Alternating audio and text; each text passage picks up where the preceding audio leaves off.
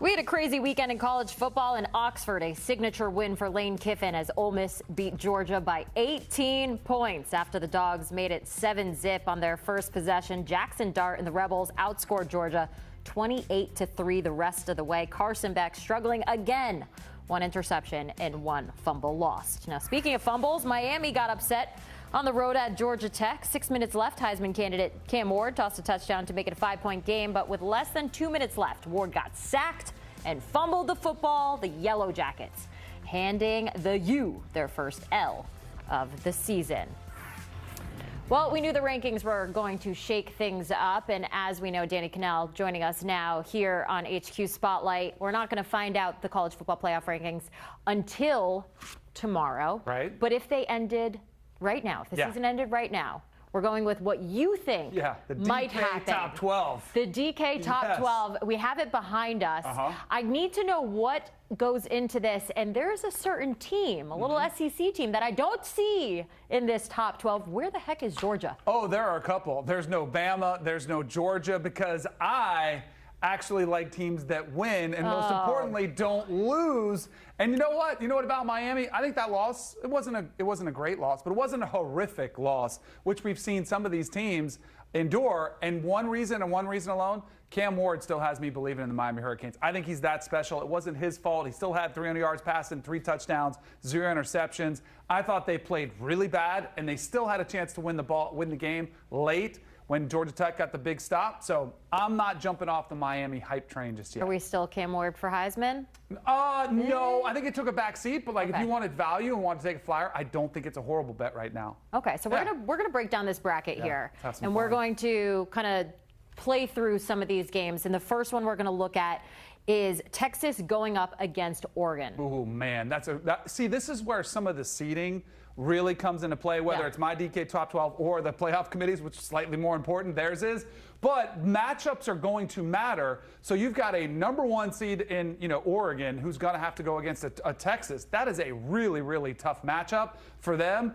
I think the Oregon's the most complete team in college football. I don't want to use fraudulent for the Longhorns just yet. They did have a big game. Quinn Ewers bounced back, looked more healthy, but I think Oregon is able to beat Texas. So I've got Oregon advancing through that matchup. All right, Oregon's advancing. Let's look at this next one. We have a team that I just covered this past weekend, a fun team to watch, and that's Indiana going up against Tennessee. Yeah, I like Indiana a lot. I talked to Kurt Netty. You talked to him. He's got like this contagious confidence. You just want to keep talking to him. You do, and he does. What's going on in your mind right now? I love it. And he's a great talker, and he's got the team believing. So I think this matchup is really fun because I don't think anybody's giving Indiana much of a chance, and people wanted to jump off that train once they saw them struggle with Michigan. I think that was a good win. Like they finally got over that hump. So when I look at Indiana versus Tennessee, Indiana, Tennessee. Yeah. Oh, boy. I've got them advancing. You have them advancing. All right, next up we got Miami. We're going to have some fun with this Miami team. Yeah, we are. Going up against BYU. So I think this is a fun matchup, obviously. BYU has been flirting with disaster, and I give them a ton of credit. So I've got them as a 2 seed, right? Like that is more respect than a lot of people have given them. They're not even showing up in the top 5 yet. I think they go on, if the season ended today, they're the highest ranked team in the Big 12, so they would have that 2 seed bye. And I have them playing against Miami.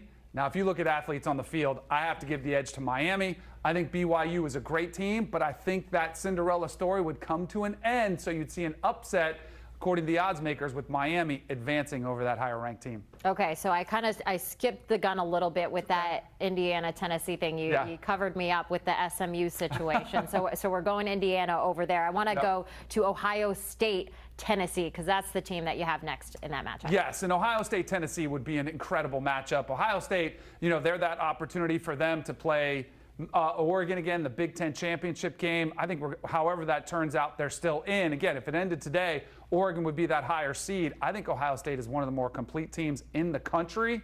So I'd have Ohio State advancing over Tennessee. Okay. Yes. We're going to move on to the semifinals now, all right? Okay.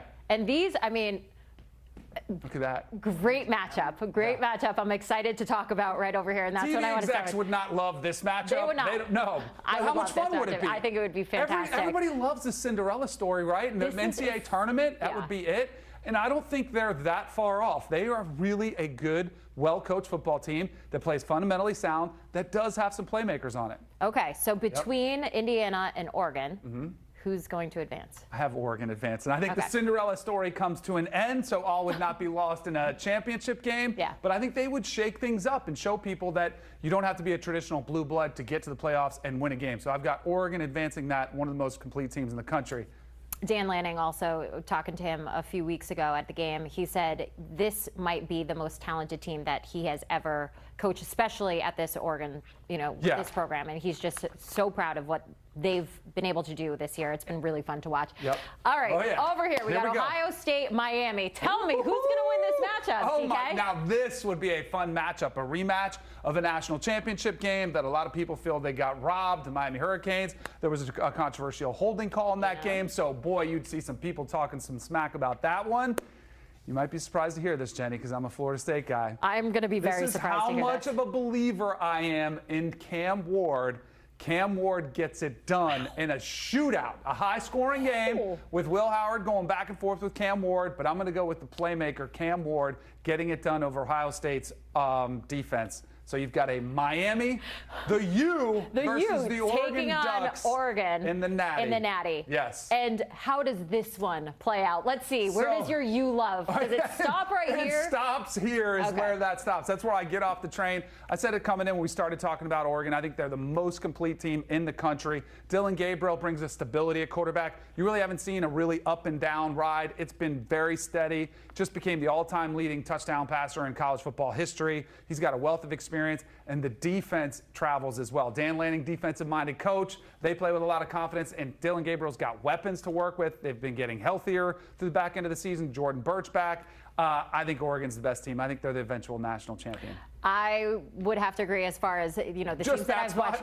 That's the only thing with that one. I'm not saying, about. listen, I am all Big Ten right now. I'm proud of all the teams that are out there. I'm not saying a word about any other team that's out there. But I will say, does it have to do with the fact that a lot of our bosses are Miami grads? Is that why we're going so heavy on the U? Or are we just, no, we really believe? I've offended many a boss before, Jenny, so I don't really care. But this is one where, sure, a contract year, maybe they're paying attention. Maron. Sure. Yeah, Maron. You watching right now? Yeah, give me a good plug. Yeah, it's so good. All right, so you have Oregon as the national champs this year. We're going to see how it all plays out, and I'm excited to see what happens tomorrow when the actual college football playoff rankings come out.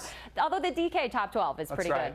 Danny, thank you so much. All right, we got much more to cover when it comes to college sports. Chip Patterson, Tom Fornelli, Bud Elliott, they will recap everything that happened in Week 11 in college football. Check out that Cover 3 podcast.